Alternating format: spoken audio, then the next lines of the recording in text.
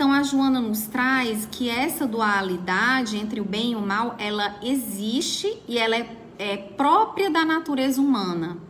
Só o fato de nós estarmos encarnados, isso já implica numa certa anestesia, né, de algumas experiências que nós vivemos em vidas passadas, e isso se dá em virtude da misericórdia divina, porque do contrário nós não teríamos como assimilar essa personalidade de vida atual, a qual nós chamamos de ego, e as personalidades de vida pretérita. Então, nós não teríamos como conciliar. E a Joana nos fala que, inclusive, o nosso equipamento cerebral, ele não suportaria. Então, hoje nós temos essa graça, esse privilégio de vivermos essa existência. No entanto, somos atravessados ainda por questões de vidas pretéritas, né? Como é de se esperar. Isso aparece como? Isso aparece através de alguns sintomas, de alguns comportamentos, de algumas crenças nossas. Então, às vezes, nós temos, por exemplo, uma depressão que ela parece não ter razão de ser na vida atual. No entanto, se nós lançarmos um olhar para o passado, ela pode ter um sentido, né? Então, por isso que a psicologia espírita ela é interessante. Ela fala que toda doença, seja ela qual for, física, psicológica, ela tem a sua raiz no espírito. Então, nós precisamos considerar isso, que essas doenças que nós apresentamos, elas encontram a sua causa no espírito. Então, quando Jesus veio à Terra, Jesus ele não estava visando a nossa personalidade de vida atual. Jesus estava visualizando o espírito imortal. Por isso que ele não se desgastava e não se desgasta com os nossos equívocos, com a nossa incoerência. Porque Jesus olha para esse potencial que existe no nosso espírito. Então, todos nós temos um potencial enorme de amor, um grande potencial para fazermos o bem. No entanto, ainda estamos aqui travando essa luta interna.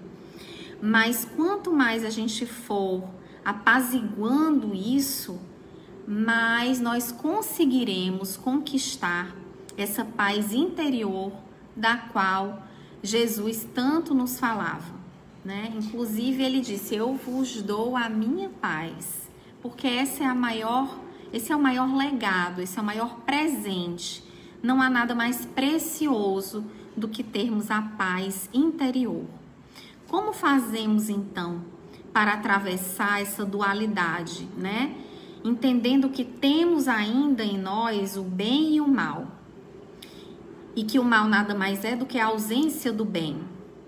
Então, Jung, que foi um teórico, criador da psicologia analítica, né? Inclusive o Divaldo Franco coloca que Jung foi orientado por Joana de Ângeles.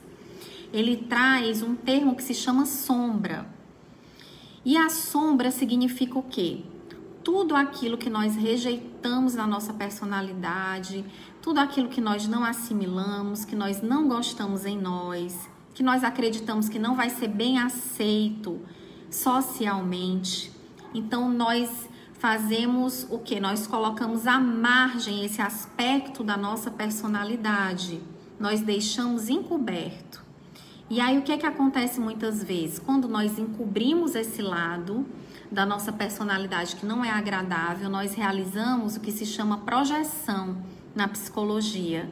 Então, aquilo que eu não gosto em mim, no entanto, eu não enxergo, ainda é um ponto cego, é inconsciente, eu olho no outro, eu vejo no outro.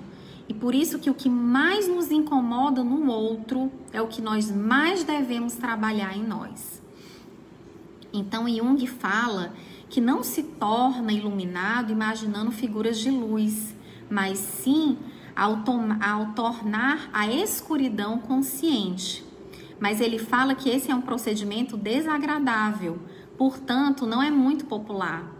Não é interessante, não é confortável para nós olharmos para as nossas sombras. Mas observe que toda passagem do Cristo pela terra, quando ele nos via em erro, em nenhum momento Jesus nos condenava. Jesus dizia, vá e não tornes a pecar. Sempre essa palavra que erguia, que dava ânimo, a possibilidade do ser de recomeçar. Então essa deve ser a tônica da nossa vida. Erramos, mas nos levantamos.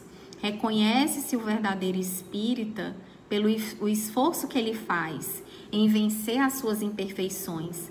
Vencer não significa negar. Então nós não podemos negar que ainda temos aspectos da nossa personalidade que não são agradáveis, que nós ainda precisamos depurar, mas sem precisar colocar isso debaixo do alqueire, porque se nós fizermos isso, toda essa parte que é rejeitada, que não é bem-vinda, ela vai se manifestar da pior maneira, a revelia. Então, por isso que é interessante nós integrarmos tudo que nós não gostarmos em nós mesmos, nós precisamos olhar. E nós precisamos, através do exercício profundo do auto-amor, entender que ainda estamos aí, nessa caminhada, que ainda temos inveja em nós, ainda temos o desejo de vingança, ainda temos raiva. Com isso, não significa que nós iremos ressaltar essas características, mas que nós podemos e devemos acolher, porque era isso que Jesus fazia, e é isso que Jesus faz conosco.